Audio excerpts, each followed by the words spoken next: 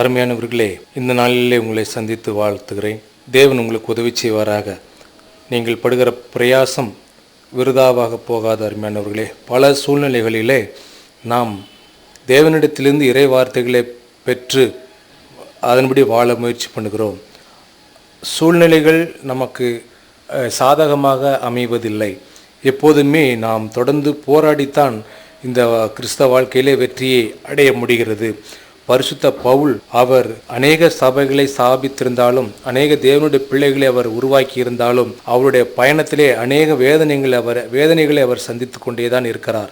ஒரு சமயம் மெலித்தா என்ற தீவுக்கு போகிறார். அங்கு போகிற பொழுது அங்கு எவ்வளவோ பிரச்சனைகள், பாருங்கள், எவ்வளவோ பிரச்சனைகள். அவர் கடல் பயணமானது அவருக்கு சாதகமாக இல்லை. அநேக காற்று அழுத்தத்திலே அவர்கள் சிக்கிக்கொள்ளுகிறார்கள். அதுபோல 27வது வசனத்திலே அவர் இப்படியாக கப்பல் ஏறி அவர் போகிறார். அவரோடு கூட 100க்கு அதிபதியெல்லாம் அவர்கள் போகிறார்கள். சூழ்நிலைகள் மிகவும் மோசமாக இருக்கிறது. காற்று அவர்களை போக விடாதபடிக்கு தடுக்கிறது. அவர் தேவனுடைய ஞானத்தினாலே அவர் அந்த 100க்கு அதிபதிக்கு கூட சில விஷயங்களை சொல்லுகிறார். என்ன சொல்லுகிறார்? மனுஷரே, இந்த யாத்திரையினாலே சரக்குக்கும் கப்பலுக்கும் மாத்திரம் அல்ல, நம்முடைய ஜீவனுக்கு வருத்தமும் மிகுந்த சேதமும் உண்டாகும் என்று நான் அறிகிறேன் என்று அவன் அங்கே ஒரு எச்சரிப்பின் வார்த்தையை சொல்லுகிறான். அந்த 100க்கு அதிபதி இந்த பவுல் சொல்லுகிறதை கேட்டு அதை நம்புவதை அவனால் முடியவில்லை. அவன் அந்த அனுபவம் வாய்ந்தவர்கள், கப்பல் எஜமான் அவர்களெல்லாம் சொல்லுகிறதைத்தான் அவன் கேட்கிறான். அவர்கள் சொல்லுகிறதைத்தான் நம்பினான். இதை அப்போஸ்தலர் நடவடிக்கைகளின் புஸ்தகம் 27வது அதிகாரம் 11வது வசனத்திலே பார்க்கிறோம். ஞானமான வார்த்தைகளை கொண்டு நம்முடைய வாழ்க்கையிலே எதை செய்ய வேண்டும், எதை செய்யக்கூடாது என்று சொல்லி நாம் அறிந்து நடந்து கொண்டாலும், ஆவியானவருடைய வழிநடத்துவது போல் நடந்தாலும், சூழ்நிலைகளிலே நம்மளோடு இருக்கிறவர்கள் அதை அமுல்படுத்துவதற்கு, அதை வாழ்க்கைக்கு கொண்டு வருவதற்கு ஒத்துழைக்காமல் இருக்கலாம்.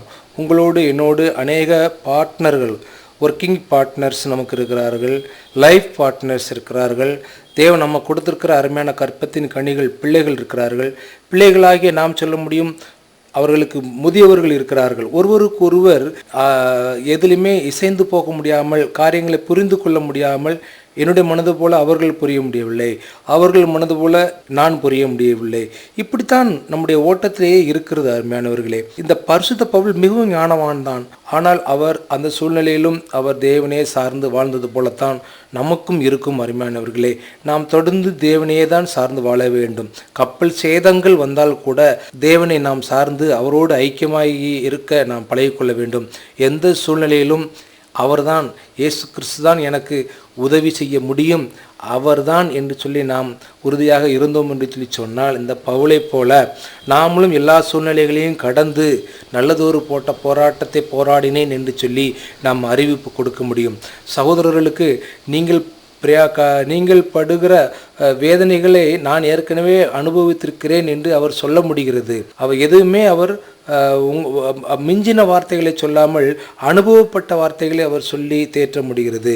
அல்லது நீங்களும் நானும் தேற்றி மக்களை வழிநடத்த வேண்டும்.